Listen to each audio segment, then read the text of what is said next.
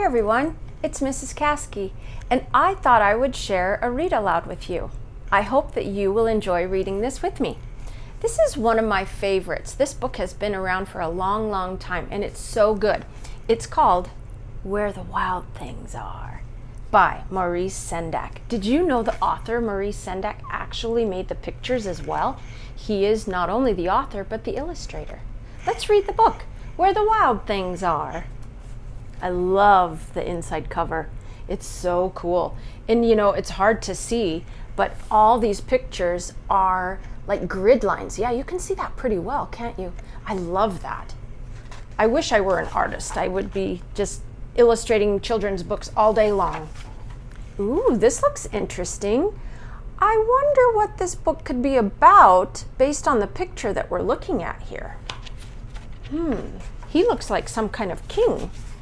Let's find out. The night Max wore his wolf suit and made mischief of one kind and another, his mother called him Wild Thing, and Max said, "I'll eat you up."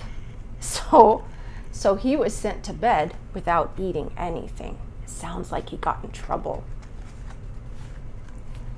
That very night in Max's room, a forest grew.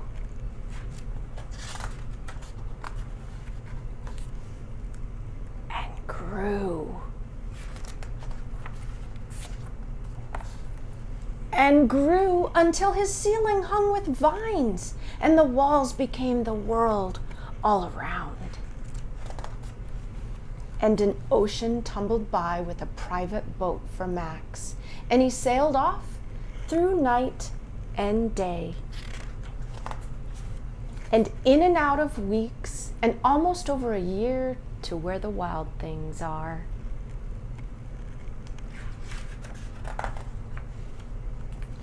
And when he came to the place where the wild things are, they roared their terrible roars, and they gnashed their terrible teeth, and they rolled their terrible eyes, and they showed their terrible claws.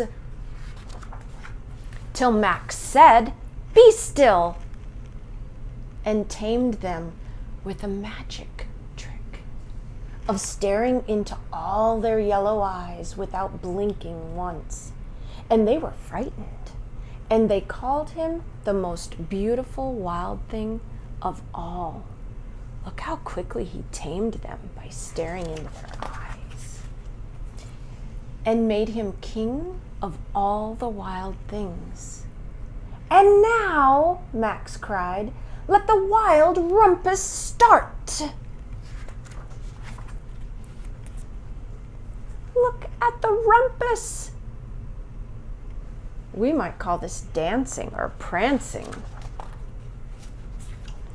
or swinging,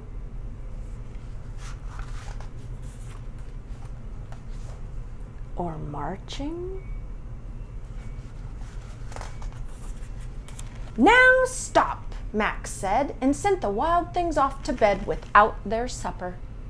And Max, the king of all wild things, was lonely and wanted to be where someone loved him best of all. Then all around, from far away across the world, he smelled good things to eat. So he gave up being king of where the wild things are. But the wild things cried, "Oh, please don't go. We'll eat you up. We love you so." And Max said, "No." The wild things roared their terrible roars, and they gnashed their terrible teeth, and rolled their terrible eyes, and showed their terrible claws. But Max stepped inside his private boat, and he waved goodbye,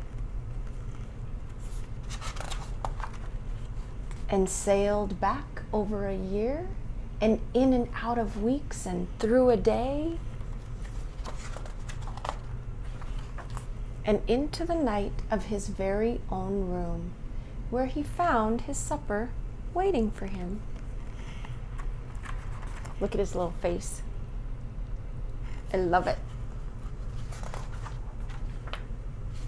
and it was still hot. I think Max has an amazing imagination, and I just love this book. I hope that you love the story too.